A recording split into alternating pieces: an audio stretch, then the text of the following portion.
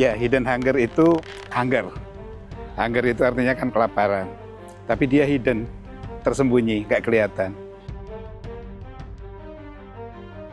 Orang masih banyak yang kekurangan, hanya belum muncul secara klinis. Maka tidak ada orang yang tahu bahwa seseorang itu misalnya anemia, misalnya dia buta senja atau kadar serum retinolnya rendah.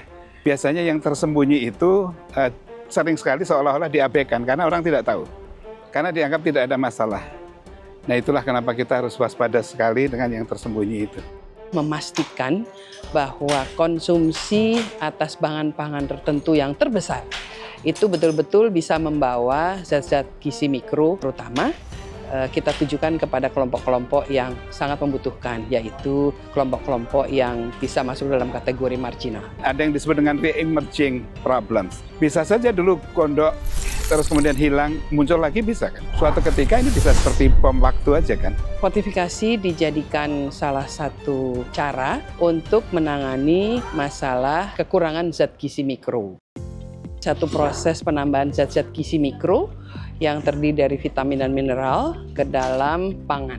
Saat ini, fortifikasi yang sudah dilakukan oleh pemerintah diwajibkan adalah membawa vitamin A pada minyak goreng sawit, zat besi, zinc, dan folic acid, dan juga vitamin B di dalam tepung terigu, dan iodisasi garam. Fortifikasi pangan di Indonesia dilakukan sebetulnya secara official mulai tahun 94 dengan dikeluarkannya Perpres 69 tentang iodisasi garam.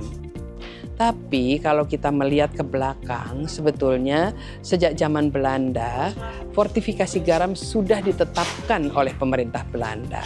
Jadi kalau kita melihat apa yang terjadi di tanah air kita ini, sudah hampir 100 tahun fortifikasi berjalan di negeri ini. KFI sejak dilahirkan di tahun 2002 itu sebetulnya tidak pernah berhenti mengadvokasikan pentingnya fortifikasi pangan.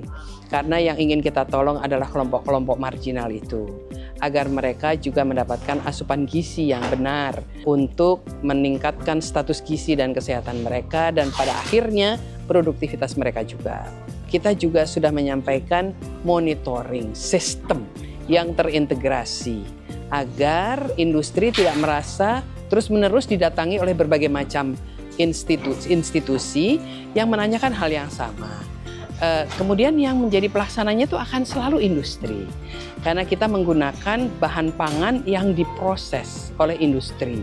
KFI dipercaya untuk menjadi koordinator sekretariat Forum Fortifikasi Pangan Nasional dan beranggotakan teman-teman sahabat-sahabat KFI, Bank Dunia, UNICEF, WFP, dan juga Nutrition International dan GAIN. Saya kira semuanya akan merasa bahwa ini program yang sangat penting. Tidak dikecil-kecilkan dan tidak diabaikan, apalagi dilupakan.